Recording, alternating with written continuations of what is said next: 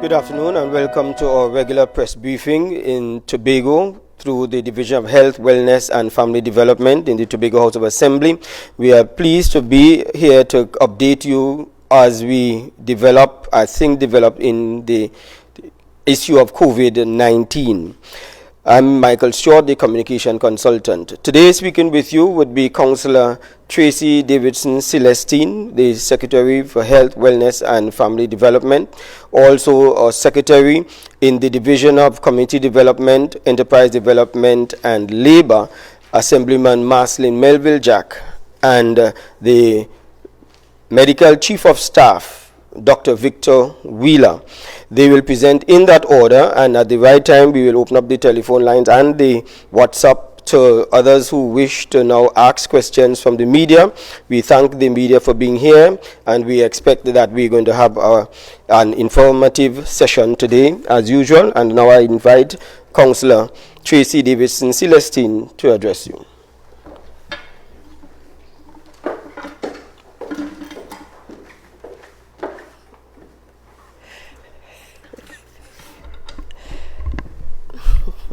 Thank you very much, Mr. Stewart, and a pleasant good afternoon to the members of the media, as well as to the listening public out there in Tobago and Trinidad and Tobago. And as usual, I am here to update you on what has been happening with respect to our COVID response here on the island. For some time now, we have not seen any significant numbers of persons calling into our established hotlines, nor have we seen any serious suspected cases coming to our health centers or even to the hospital for care with respect to COVID. And coupled with this, our positive numbers have for some time remained constant at 5. And so for us, while there is enough reason to celebrate, I want to remind you, the members of the public, that we cannot become complacent at this time. We must continue to follow the established rules and regulations as it pertains to social distancing, as this, of course, may be the new normal until at least a vaccine has been found. But as reported in our last press conference, we are in the process of upgrading our laboratory at the Scarborough General Hospital so as to ensure a proper standard and a wider scope of testing for all our clients. To date, approximately 13 persons have attended a 2-day training session in laboratory diagnosis, molecular biology, and they are preparing basically for the response to COVID-19.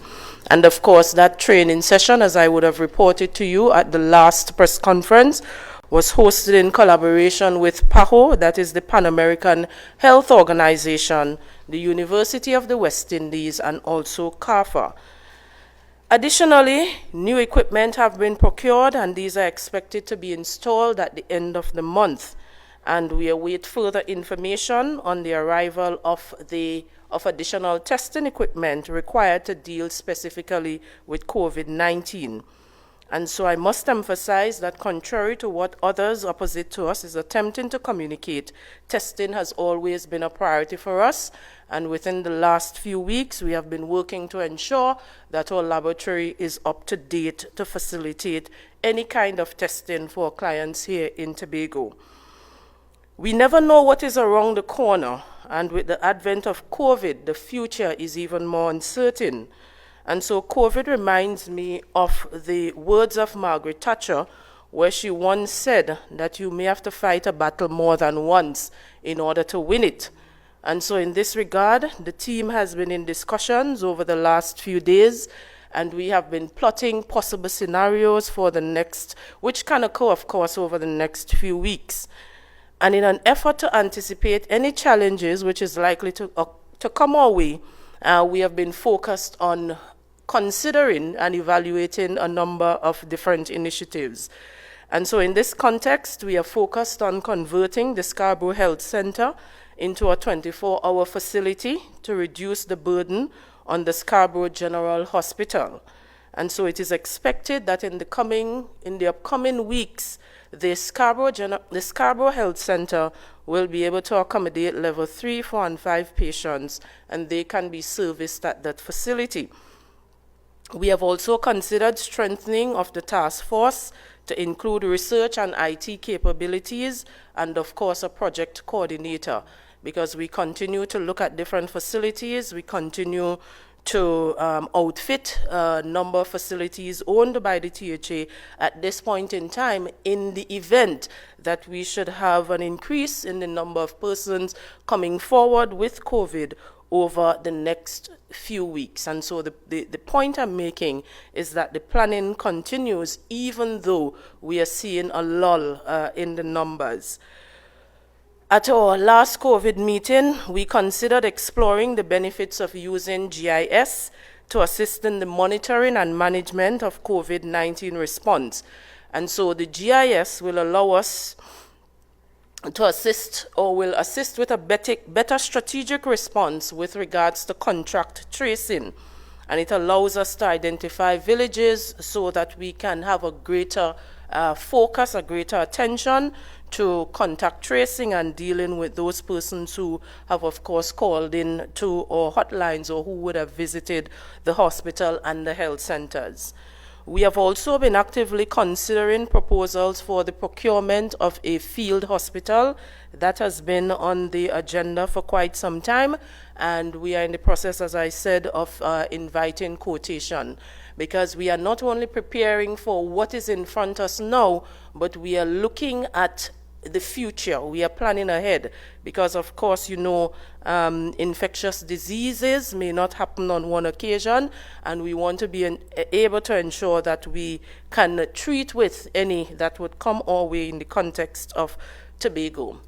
As indicated before, we have requested additional ventilators as well for the Scarborough General Hospital or wherever they can be deployed.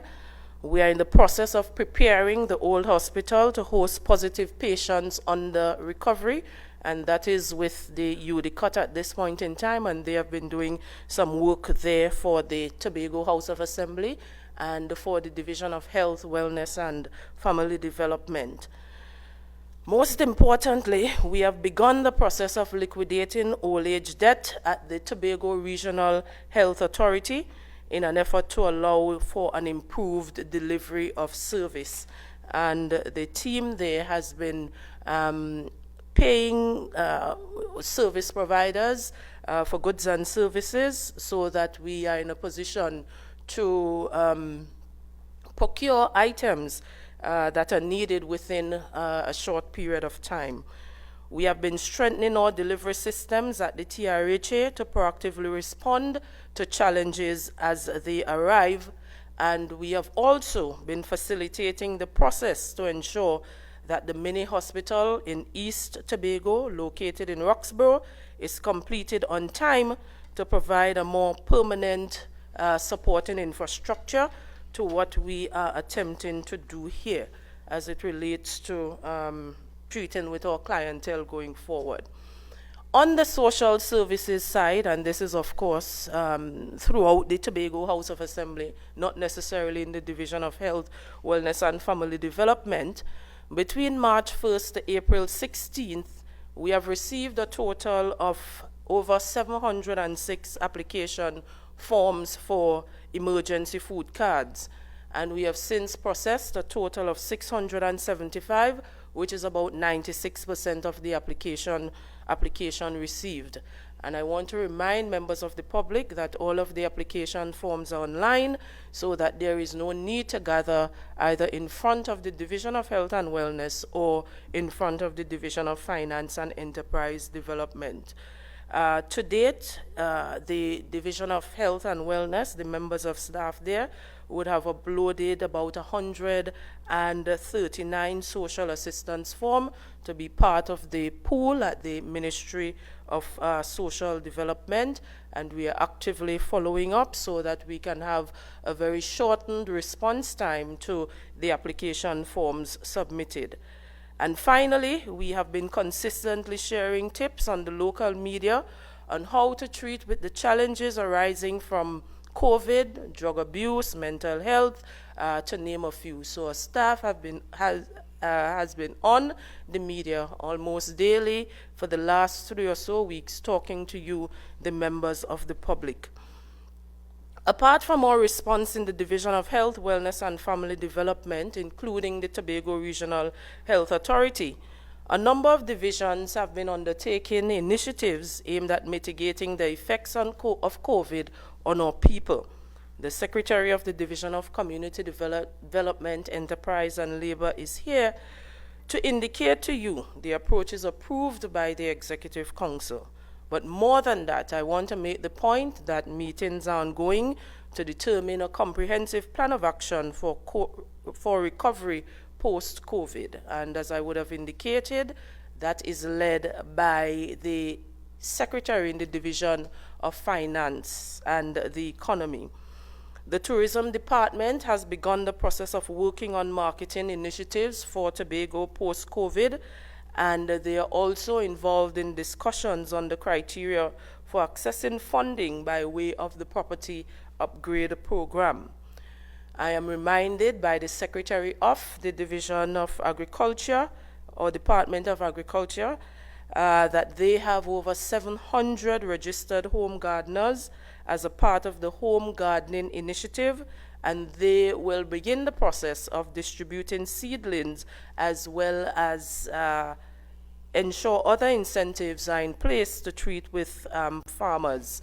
They are also providing free land preparation services with the purchase of additional tractors, to name a few. I have been informed by the Secretary in the Division of Infrastructure, Quarries and the Environment that URP, the Unemployment Relief Program, will also start the process of distributing seedlings by the end of next week as well. In closing, to date, I would want to say to the public that I am heartened by the commitment of the team members. The system is not yet perfect, since the virus has not yet shown any consistent patterns to give us the kind of comfort that we wish for at the moment. However, we continue to refine our approaches so that we can have the best response mechanisms, even despite the challenges that we face. And so I urge you, the members of the public, to continue to follow the rules and, of course, to be your brothers and sisters keepers. And as we go through this particular crisis, this particular pandemic that is facing all of us in the world, remember that although the world is full of suffering, it is also full of the overcoming of it. I thank you, and I await questions eventually.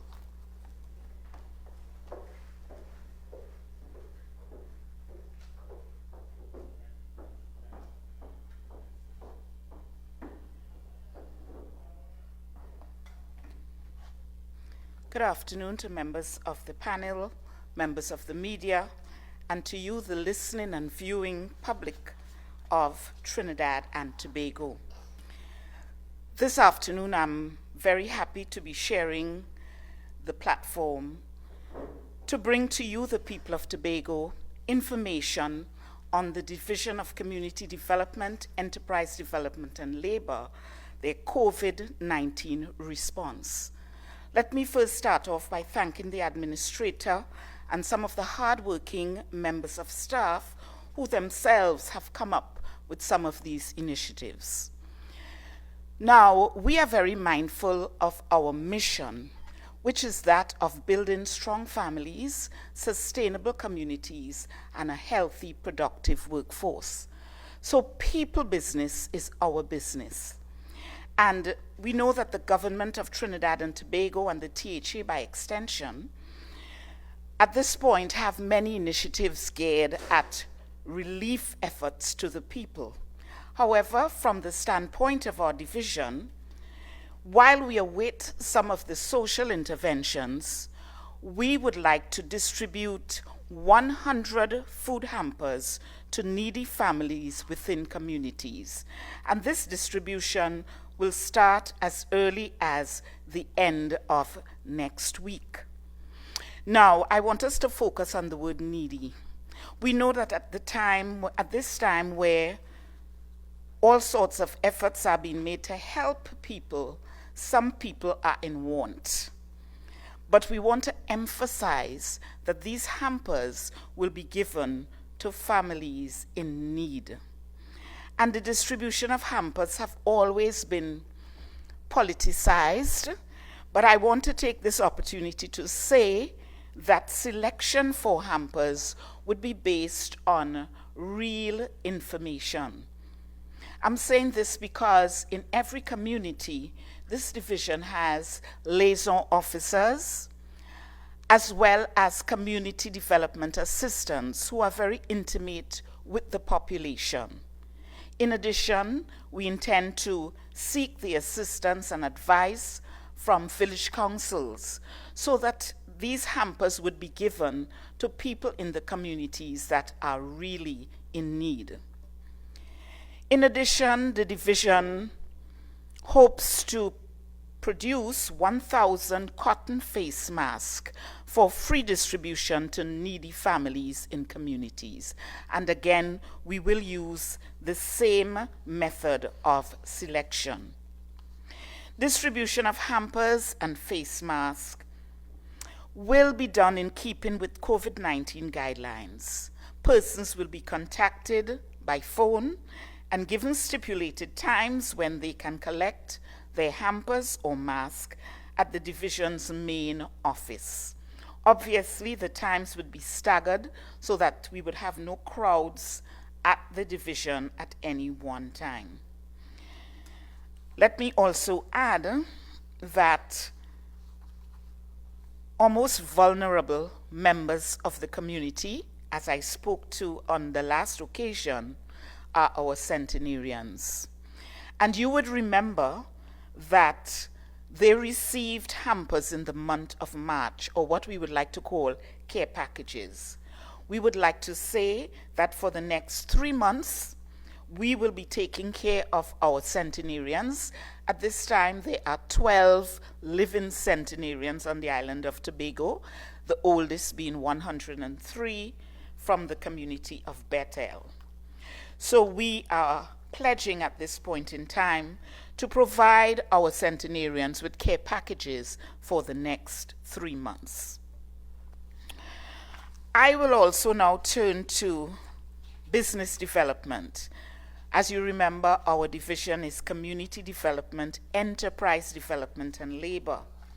So as far as enterprise development is concerned, I'm pleased to say that the Executive Council met and approved the waiving of the existing EAGP and EAF policies for the period April to September 2020. And this is really referring to the grants and loans program. So some of the changes that we have agreed on for this period is the increase of the grant limit from 25,000 to 50,000 and the loan limit from 250,000 to 500,000. Now, grants will be made available to new and existing clients, and loans to a maximum of 500,000 will be available as well to those new and existing clients. Funds will be accessed not just for the purchase of equipment as it was in the past, but for the purchase of stock and or working capital. Now, loans accessed during this period would automatically receive a 3-month moratorium, which may extend to 6 months, depending on how our situation improves. Interest on loans during this period would attract a 3% charge. Collateral to be offered would remain at 30% minimum, given the provision of that moratorium. Now, the priority areas that would be funded: agro-processing, because we know at this point in time food is important and food products are just as important. So businesses existing or even those who will be coming on stream new, we are also encouraging agriculture, industries in agriculture, fishing, light manufacturing, and we want to emphasize cleaning supplies because we know we have already started on that line and we want to encourage more of the people in Tobago to get involved in manufacturing. Now, I want to also let you know that effective today, on the division's Facebook page, you will see a flyer which gives you a synopsis of our business relief, how you apply, who is eligible, and any other information that you may need. So very quickly, I would let you know that you are eligible if you have a registered business operating in Tobago, if you provide an essential service, if your business has been negatively impacted by COVID, or simply if you are a new or existing BDU client. How do you apply? You download the application forms and the checklist from the division's Facebook page, or you complete the forms online using Adobe Acrobat Reader or Microsoft Word, or for those people who may not be techno-savvy, you may collect forms at the main office's security booth.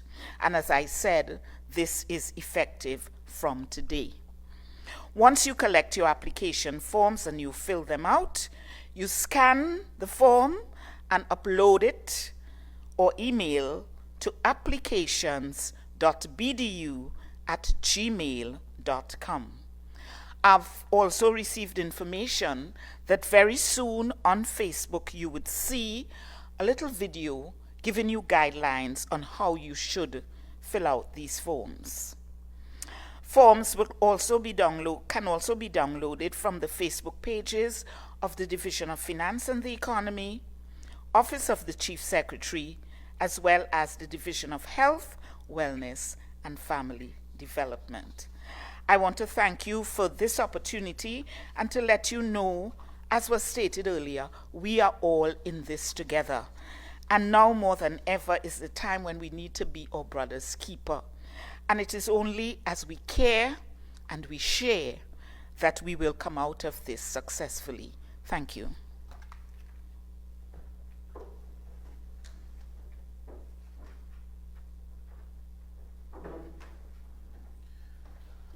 Right, good afternoon, ladies and gentlemen. I'm just going to give a brief update of the hospital activities. And essentially, since the last positive case was dealt with last weekend, the hospital has not had any other positive COVID-19 cases to deal with.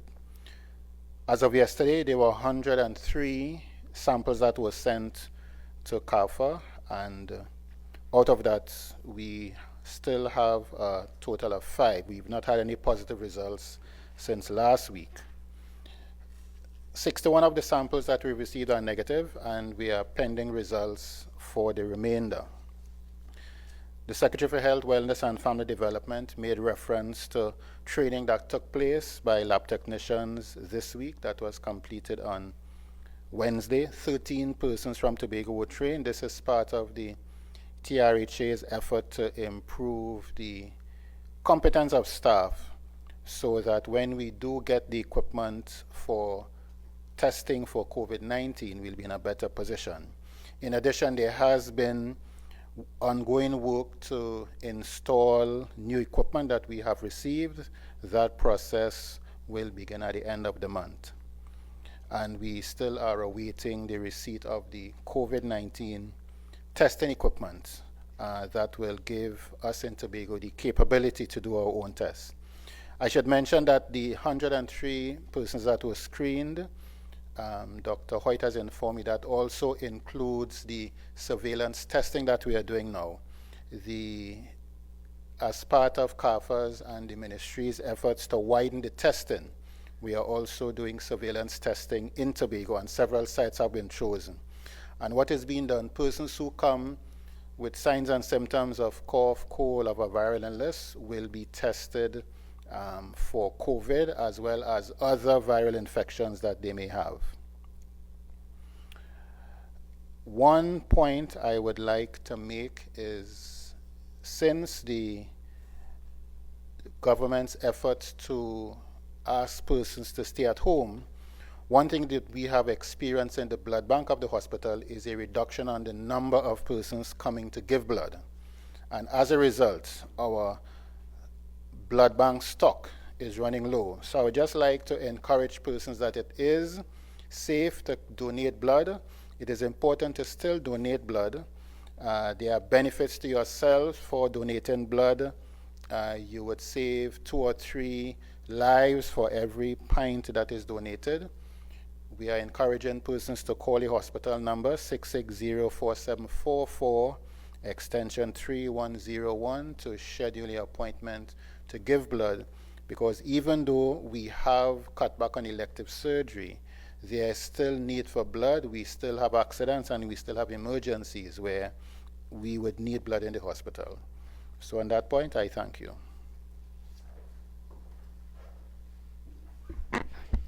Thank you very much, members of the panel. And in a while, we now will entertain the questions from the media, and I just want to remind you to keep your questions on COVID-19, Tobago's readiness, and the action points that we may have itemized as to delivery in Tobago. We're going to ask, for the purpose of efficiency, that each media house be allowed to ask 3 questions, and once you have asked your 3 questions, we'll move on to another, but we will certainly come back to you if you have further questions to ask. You will be requested to raise your virtual hand on the Zoom, and we will identify who would speak first and who would speak after, etc. Your microphones will be silenced, so when you come on and you have been identified, we'll ask you to unmute your microphone. Some of you, we might be able to identify your media house and your name. Those who we have not identified, please identify yourself and your media house. And finally, if a question has been asked already and you intended to ask it and it was already asked, please restrain the temptation to repeat it. Now we open up the telephone lines. We go first of all to Tobago Channel 5, Candice Jackson. Those who we have not identified, please identify yourself and your media house. Finally, if a question has been asked, could you?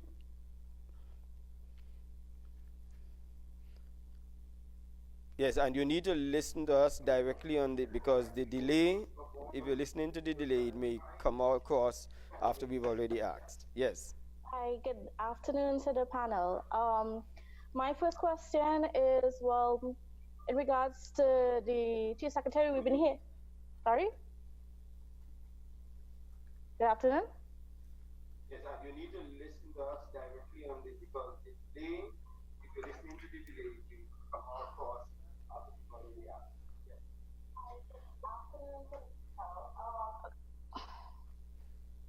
Oh, shucks. All right. Good afternoon. Are you hear me? Yes, Ms. Jackson. All right. Okay. First of all, we have been hearing a lot from the Prime Minister on at least a weekly basis and so on in regards to what's been happening with the COVID response and so on, but we have not been hearing from our Chief Secretary here in Tobago. Where is he, and why have we not been hearing from him? My second question is in regards to the $50 million that's been allotted for tourism. What is the update in that in terms of getting the hotels upgraded at this point in time? Because from my discussions with them, they said that they have not been hearing anything where that money is concerned. And what are the protocols in place? So when you have to give your blood, as you said, I know you have a shortage of blood, but with this whole COVID pandemic happening, is there any special protocols that persons need to know before they come forward to give blood? Thank you very much. But I don't know whether the first one is a COVID question, the one concerning the Chief Secretary, or we'll go straight into the second one, because we asked you to keep it as much as possible on the COVID-19. So probably on another forum, we'll respond to that one. Visiting hours, was it visiting hours that it was about? There's a protocol for the blood and the hotels, etc., because some of them. There was a question about the blood. Yes. Right. So with respect to donating blood, what we encourage in person to call the hospital number 4744, extension 3101, and an appointment would be scheduled. Of course, if you are experiencing any respiratory symptoms or you're feeling unwell, we would encourage you not to come. But once you are well, and once you're under the age group of between 18 and 60, without any medical conditions, you will come to the blood bank at your appointment. You will have a test done to check your hemoglobin, and once that is satisfactory, they will take blood from you. But we encourage persons to call ahead. Thank you very much. Yes. So we go now to Mr. Whitfield Turner, I-95.5. Good afternoon to everyone. I actually have 4 questions I'll ask today. Now I'll hold back the 4th one for a bit later on. My first question is with respect to the masks that have been earmarked for distribution by Field. Will Field be distributing any of those masks in Tobago? And if yes, where and when? Question 2, on the issue of the closure of schools. Nothing much would have been said about preschools. Wondering whether there would be any sort of financial relief or any sort of relief of that matter that would be given to preschools in Tobago by either the central government or the THA. And my final question for now is whether we can be given the list of names of the other persons. I know you mentioned the Secretary of Finance, but who else makes up the Tobago COVID Recovery Committee? So can we get those names, please? Thank you. With regards to the mask, we have received a donation of about 750 to date. Those are with TEMA, and we will be distributing those on a first come, first served basis. And I can respond to the COVID committee at this time, which is led by Secretary Joel Jack. It includes Secretary of Tourism, Culture and Transportation, Councillor Nadine Stewart Phillip. It also includes the Secretary of Agriculture, Assemblyman Hayden Spencer. There is myself as Secretary of Community Development, Enterprise Development and Labor, as well as the Assistant Secretary in the Division of Health, Wellness and Family Development, Assemblyman Ansel Dennis. Okay, did we cover all 3? The release of financial relief for preschool. Did I hear that one? could you clarify a bit more, because I'm not so sure in what context are you referring when you indicate financial assistance? Okay, we're hearing different instances where early childhood centers, daycares, and preschools, they are asking parents to provide some sort of financial contribution towards packages that would be given to the parents to continue the schooling at home. And some parents are up in arms as to whether that should take place or not. And the argument is that they still need to cover the cost of regular upkeep of schools, as well as the preparation of the materials. So that's why I'm asking if there is any sort of assistance that would be given to those facilities at this time. Well, I can't say at this point definitely what the agreement is, but what I know is that discussion is taking place with all the respective stakeholders, and when those discussions have been finalized, information will be communicated to you, or with the media and to the public. Thank you. The other person is TV6, Elizabeth Williams. Hi, good afternoon, everyone. Afternoon. Elizabeth Williams, TV6. What I wanted to know in some of my questions is, one, in terms of the hampers, I know that Mrs. Marceline Melville Jack secretary, she would have stated that persons in need will be given these hampers. How were the names of these people in need accumulated? In addition, will any of the secretaries within the Tobago House of Assembly, this one is directed to Miss the Health Secretary Tracy Davidson Celestin, will any of the secretaries in the THA be taking a salary cut and using some of these monies towards COVID-19 in terms of these people in need? In addition, short-term teachers, they are asking, will their contracts be extended? And with respect to school feeding, caterers, what is the status of caterers at this time? Also, in the dialysis unit, some workers are saying, we have received reports that some workers have not been supplied with the necessary PPEs. And one of my final questions for now is... You sound as though you passed 3 quite a while ago. Right? So we'll come back to you. Right? Thank you very much. The first one on hampers, Secretary. Yes, I'll respond to your first question. We consider persons in need to be those persons who lack the basic items for food, for sustenance. Because we know that although some people may have lost their jobs as a result of COVID, there may be family members within that family that can still support the home so that there's enough food on the table. So I'm talking now about the desperate situations that we have where people are not working, children are home, and there's very little or no food for them to eat. Salary cuts? That has not been considered. That has not been considered. Not at this time. Okay. Short-term teachers and caterers. Is this within our purview here? Probably we should have had education on that one. Yes. Yes.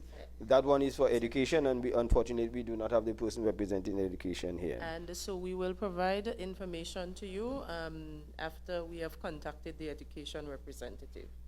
Dialysis and PPE. Yes, so I will look into that, the dialysis unit, to see specifically what areas of PPEs that they may be deficient in and ensure that this is addressed, if that is the case. Okay. Is it that we go back to TV5 or, okay, Candice Jackson? Hi, good afternoon again. Yes. Okay, so as we actually have a few education questions, and of course it's all COVID related, and we're still wondering why is the Chief Secretary, Mr. Gavin Charles, who's also in charge of education, not coming forward to talk to us on these matters in light of this being a COVID related situation. Well, and also you did not answer the question in regards to the $50 million for tourism, the tourism industry, the hotels to be able to access their upgrades and so on. What is the update on that? As I would have indicated in my speech, the discussions are continuing on the criteria for accessing the $50 million that was put aside for the property upgrade program. So those discussions are continuing, and as you would have heard from Assemblyman Mrs. Marceline Melville Jack, the Secretary of Tourism is also on the Recovery Committee, and we expect that within the not so distant future, the Division of Tourism and its representative will report to you and to the members of the public on the plan of action to treat with post-COVID. And with regards to the Chief Secretary, as far as I know, the Chief Secretary is operating as both the Chief Secretary and the Secretary of Education, Youth Affairs and Sport, and he too will report to the members of the public on the Division of Education's approach to treating with COVID.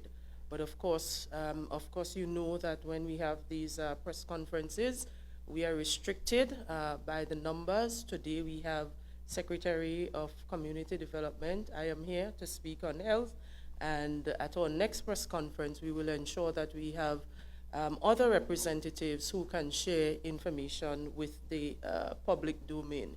In the meantime, I would have indicated to some of the secretaries that they need to ensure press releases are sent out so that we can also continue the process of providing information to you and the respective members of the public. Yes. I'd just like to make a correction to the extension that I gave for the blood bank. The number I gave was the blood bank manager's number, but the laboratory manager's number, but the actual extension for the blood bank is 3098 or 3099. Thank you. Thank you very much. Next, Cassandra Thompson Forbes from Guardian Media.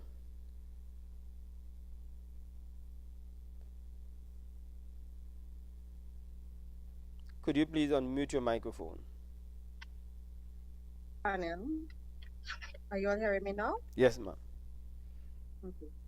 So my question is, I know Secretary spoke about new equipment being installed. Can you give us the cost of that new equipment, please? Apart from that, we know that some of the clinics have been postponed or suspended at this time, but persons are asking if they need new scripts or prescription. How can that be facilitated? My third question, in there are nurses and doctors who are strategic or critical to this COVID, to the fight against this COVID pandemic, who are scheduled to go on vacation, or their contracts are coming to an end.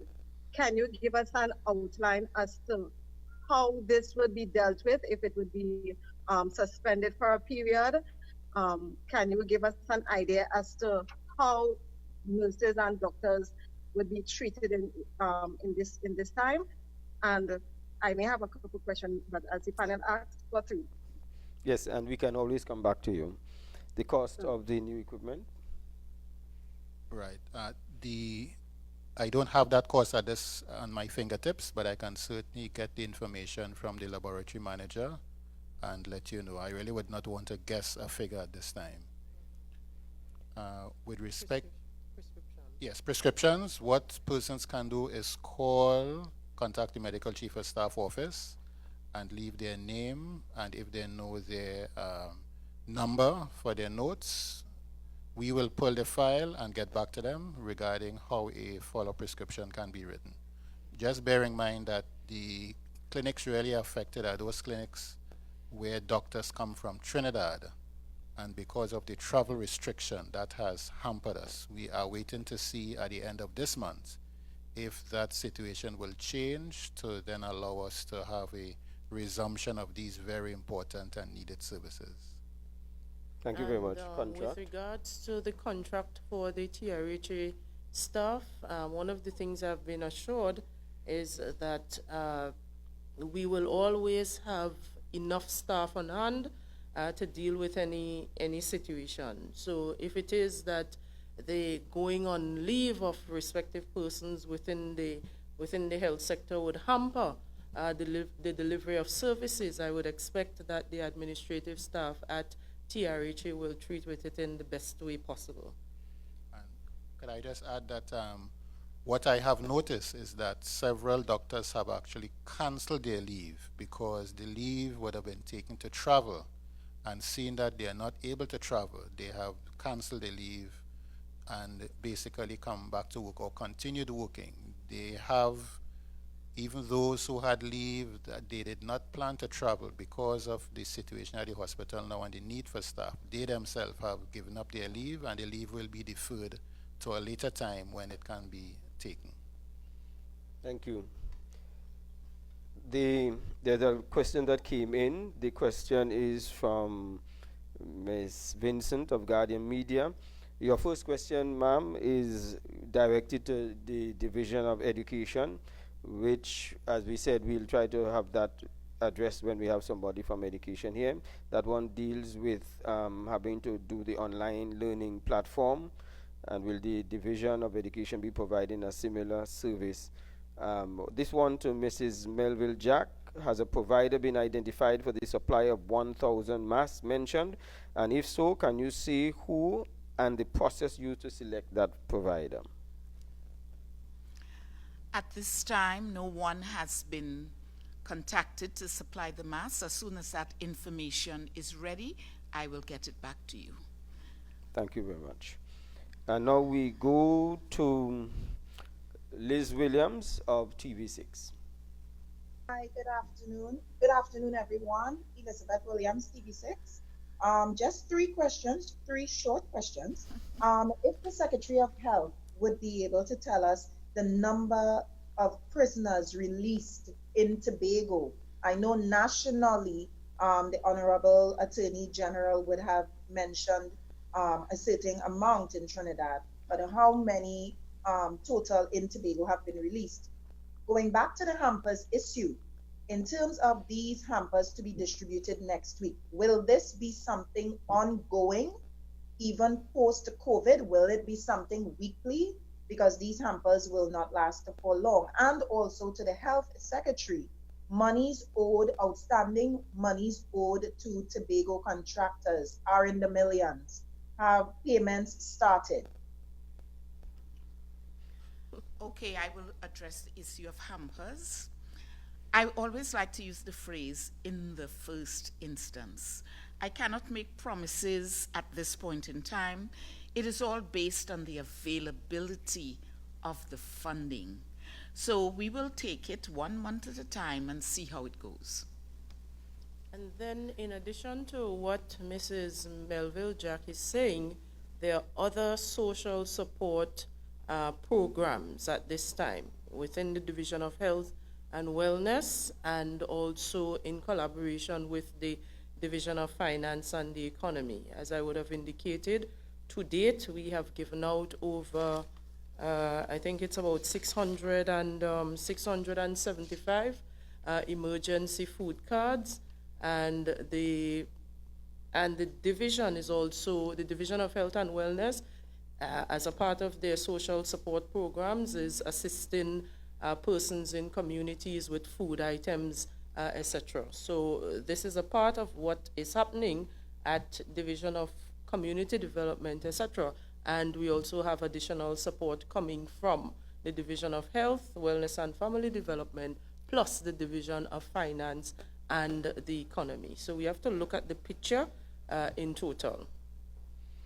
Okay, and regarding the question of prisoners being released in Tobago, I don't think that we have the persons on the panel here to be able to address that question, but it is a question that will be noted so that in case we could have somebody else address that at another time. Whitfield Turner, I-95.5. There was another question with regards to payment.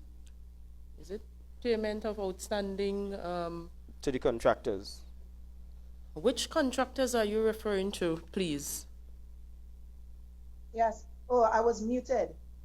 Okay, you're hearing me now? Yes. Which contractors are you referring to? The specific contractors that I'm speaking about are attached to the Division of Health. We are speaking about whether it is persons supplying food or even security services. Millions are owed. If you're referring specifically to the TRHA, is it the division in total or specifically to the TRHA? Specific to the TRHA. Well, as I would have indicated, we have begun the process of paying age-old debt within the TRHA, and quite a number of suppliers for goods and services have been paid over the last 2 or 3 days. And when I met with the chair lady and also the CEO, they have paid quite, I think it's in the vicinity of about $20 million of outstanding debt.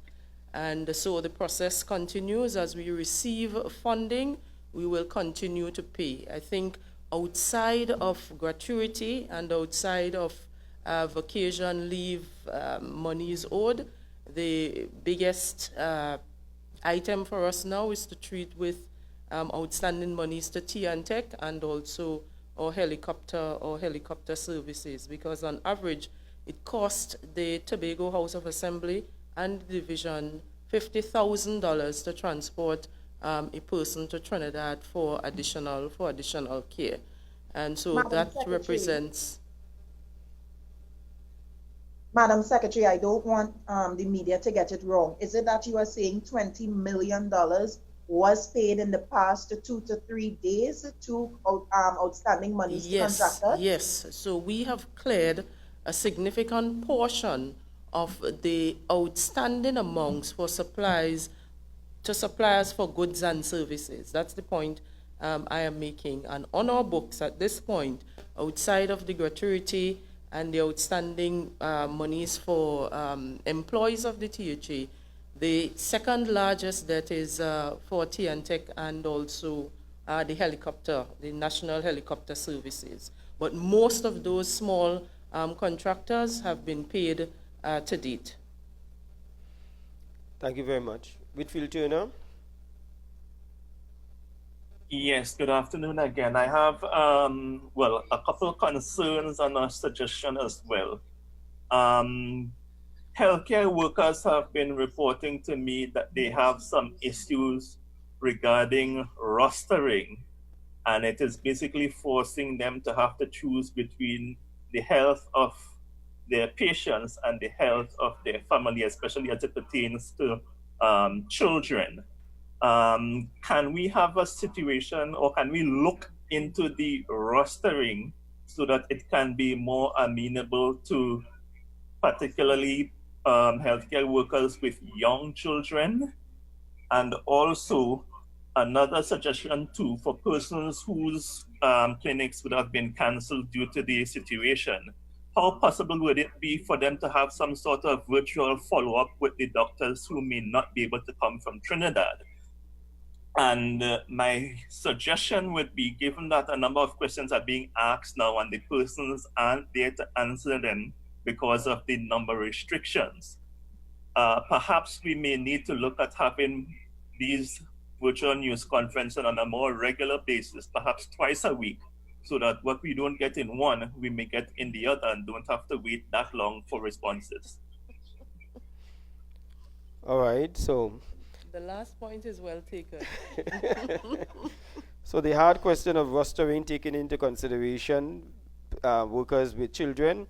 I don't know what we're going to do with workers with aged people in their homes, and what we're going to do with workers that have probably people who are physically challenged in their home. So I'll give you the hard question, Dr. Wheeler. Well, certainly the rostering of staff with children, when the schools were closed, first of all, there was the decision made that workers who are challenged will discuss with their supervisors to see how their shifts can be adjusted. This is an ongoing exercise, and I would expect that to continue. Certainly, the Human Resource Department of the RHA is amenable to that. So if persons, in spite of that, have particular problems, I will just suggest that they make a special appeal to their supervisors for this consideration to see what could be done. With respect to the exploring virtual follow-up, certainly in the Department of Psychiatry, this is one thing that has actually been actively pursued.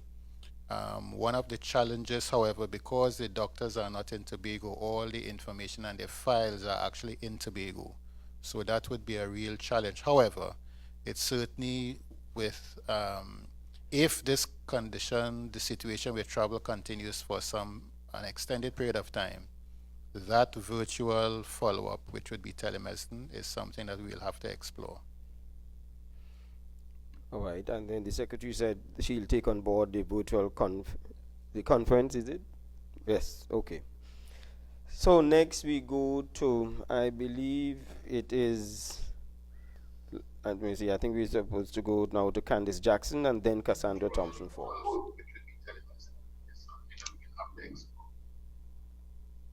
Candice Jackson. The secretary said she'll take on board the virtual conference. Yes, okay. Yes. So if we could ask Candice to listen to us directly on her device instead of listening at the playback.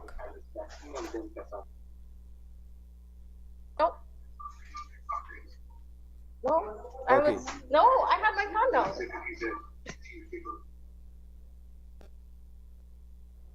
on. Okay, go ahead, Candice. Oh no, she says she has her hand down. So,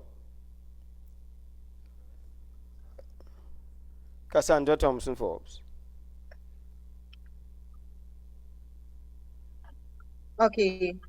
So my other question, Secretary, can you just reconfirm for us the total, the amount of debt that the TRH has? We are hearing 35 or 40 million. Can you just reconfirm that? In addition to that, I'm not sure if you can direct me, or you may have an answer. The United Nations High Commission refugees representatives were scheduled to come to Tobago, but because of the COVID-19 situation, that was cancelled. But there are persons here who have expired cards. Do you know what would be the case for them, as the case may be? In addition to that, in relation to TRHA workers, they are saying that the issue of gratuity was on the table before the pandemic. They want to know if this is still in the cards for them. The payment of gratuity remains a priority for us in the Tobago House of Assembly in the wider context, and also in the Division of Health, Wellness and Family Development. So yes, it is still an active item on the agenda. And I think it ranks second to payment of for suppliers of goods and services. There was another question about, is it refugees? I didn't get the question. The High Commission, United Nations High Commission. Total debts, as in. Okay, in terms of the RHA, what I would have indicated is that to date, we have paid about 20 million worth of outstanding debts to suppliers for goods and services. And as we receive monies, we will continue to pay. But we have liquidated most of the debt for those very necessary services and for those small, medium contractors. And when I say contractors, I'm talking about those who supply goods and services for us at this time. So we have liquidated about 20 million of that. So I'm not too sure about did I hear expired cards that came up as a question? Yes. Yes. And these cards refer to one? The United Nations High Commission refugees who are in Tobago, the representatives from the United Nations who should scheduled to come to Tobago to do their reevaluation and to renew those persons' status. But because of the COVID-19 situation, that was cancelled. So they are not worried. They wanted to know, what would be their situation. That nobody can get out to come in, but they are concerned about their stuff. But if there is such a particular situation and you have information, please ask them to discuss with the chief administrator, because I know that individual is usually on those national communities to represent those kind of cases. All right.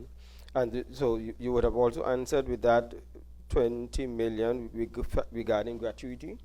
Or is that yes, separately? I did. That would have been part of it. That is priority for us. Okay. So I think we go to Liz Williams now, TV6. Hi, good afternoon again. Just one final question. In terms of medical personnel attached to the Scarborough General Hospital, they have contacted us complaining that at the cafeteria at the hospital, meals have been cancelled. They are saying that in terms of food item, meals are no longer available at the Scarborough General Hospital. And if they are being asked to perform at their best, why are these meals no longer available? I don't know if Dr. Wheeler could look into it. Yes, I will investigate it because I was not aware that that was the case, but I will check on it. Okay. Is there any other question? That's it? Okay. Cassandra Thompson Forbes. I understand you have a final question. I have 3 final questions. There is a secretary.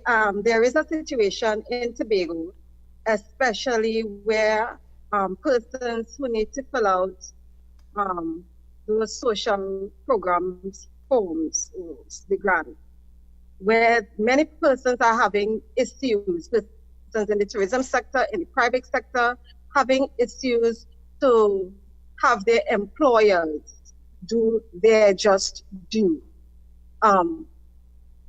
Does the Tobago House of Assembly, or what message would the Tobago House of Assembly would like to send to these persons in these critical times to do the just due by their employees? Because we are persons from hotels, from private cleaning companies, and the different areas. We are getting the cause of persons or employers not wanting to sign the forms. So what message would you like to send out, and is there any consequence for this? In addition to that, going back to TRHA, persons are saying that who went through different specializations such as neonatal, ICU, and trauma, they are yet to receive their specialization allowance, and that is part of their contractual agreement. So I know before I asked, maybe a couple weeks ago, if persons, if there would be a consideration for some level of hazard allowance per person. I know this is separate and apart, and we know we usually pattern our strategies from international decisions. And recently, the United States indicated that they would be giving their medical staff, an extra $1,000 to those for their frontliners during this time. Is that being considered for TRHA frontliners or for the frontliners in Tobago?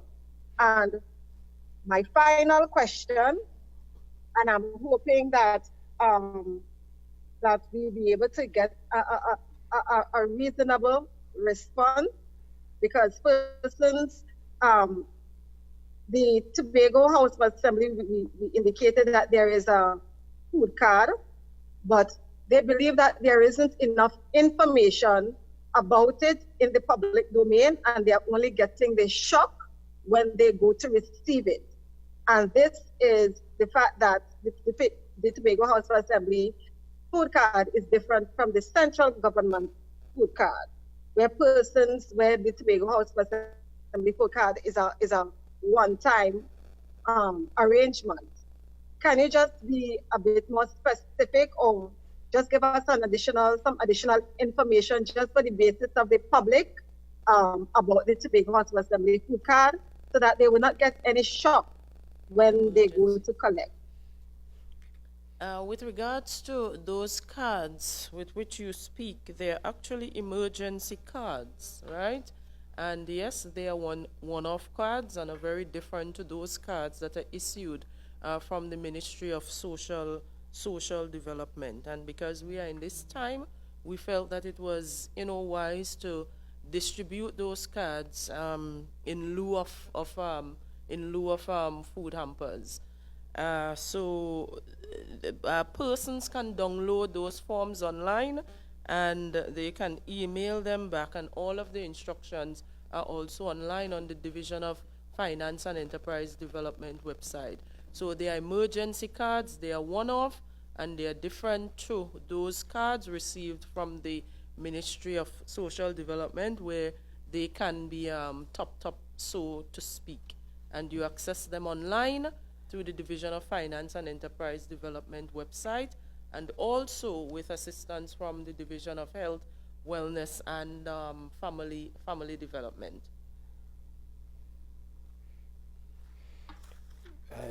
And in terms of the specialization allowance, as an allowance, and hazard allowance has not been considered in this context. Your microphone is muted.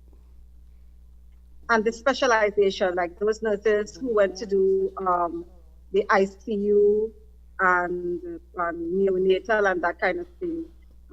It's part of their contractual agreement. All right, and so we I've will. not been getting it. I will look into that aspect with the members of the board of the TRHA as well as the CEO, because I have not heard that represented yet. So I will ask a question where that is concerned. Okay, and I think that brings us down to the question and answers for today's program. I am going to refer now to the. Okay, Dr. Wheeler wants to just give a final. Yes, I'd just like to give a reminder for those pregnant persons who have clinic appointments to please keep your appointments. It is important at this stage that you have your regular checkups, whether those appointments are in the health center or in the hospital. It's very important that you keep those appointments. Thank you. Thank you very much. And then I now refer to Councillor Tracy Davidson Celestine to give her final closing remarks.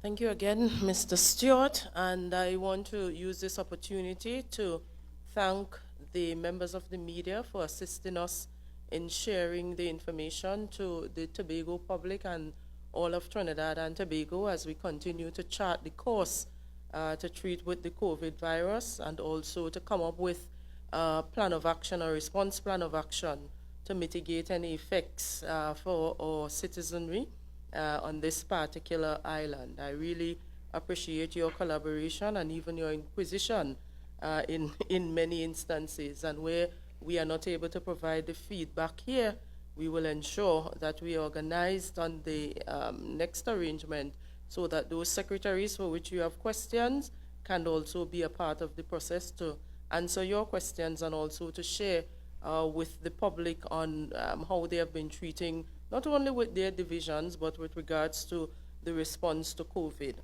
As I said earlier in my speech, the situation is not a perfect one, but the team, not only at the level of the Tobago House of Assembly, but also in the division, the COVID task force, we are working assiduously to ensure that we can mitigate any challenges arising from the COVID pandemic. At this time, we continue to plan and to ensure that all our systems are in place to treat with any challenges, as I would have indicated. The Department of Social Services, they have been looking at the humanitarian responses. We have since established our hotlines. We have been receiving calls.